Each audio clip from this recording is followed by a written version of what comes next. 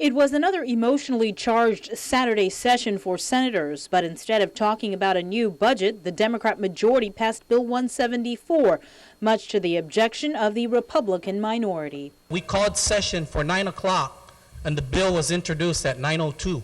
Bill 174 was introduced and co-sponsored by all the Democrats with the exception of Senator Dennis Rodriguez Jr.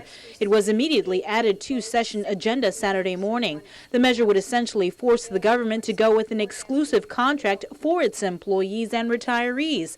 The bill is based on a letter from the Government of Guam Health Insurance Negotiating Team to the legislature signed by Department of Administration Director Benita Menglotnya, which evaluated the proposals that were submitted.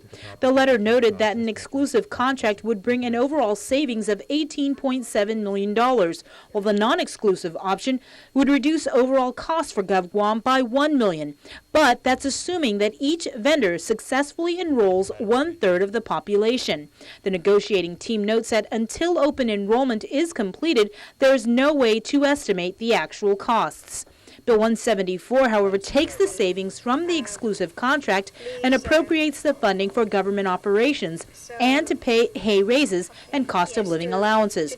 The Republican minority were concerned that the legislature may be overstepping its bounds and violating the separation of powers doctrine. So we're moving forward now on an appropriation measure with no public hearing that interjects, I believe, this legislature into the executive branch powers, because this is not in our hands at this point, I believe, because there has to be a consummated signed contract.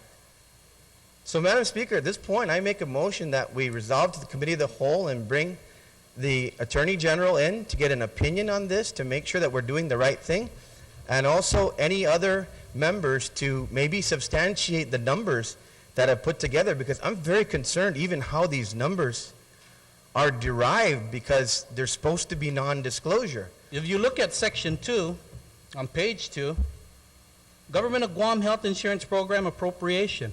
We haven't even passed the budget yet, and we're already appropriating? We don't even know what the numbers would be. The Democrats, however, fired back that the numbers were based on the health negotiating team, and they were performing their responsibilities as a legislature. Let's stop the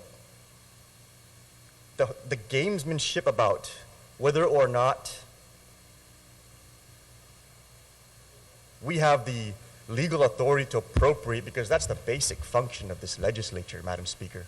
I'm just sick and tired of this separation of powers doctrine where we erode our authority as a legislature, and on the very face of it, our authority is to appropriate.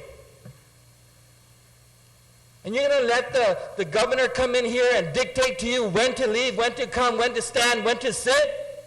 You talk about being ashamed yesterday for pointing fingers, and you're not ashamed? Colleagues, you're not ashamed? Enough is enough. The bill passed straight down party lines, with Senator Rodriguez absent. After the vote, senators took a recess and returned to give brief extensions of remarks, focusing on how they will have to move forward with the passing of a fiscal year 2014 budget. It's a process Senator Arlene Yamashita asked be done with decorum. I left at the break and I got assaulted by a woman.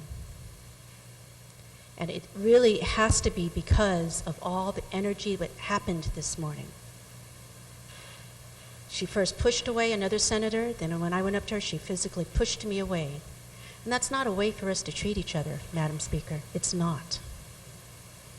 It's not.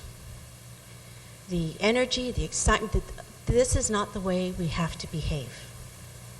We're all very passionate about what we think we're supposed to be doing, and we can arrive at those points in a very reasoned, calm, focused manner, Madam Speaker. We will do this together. We will.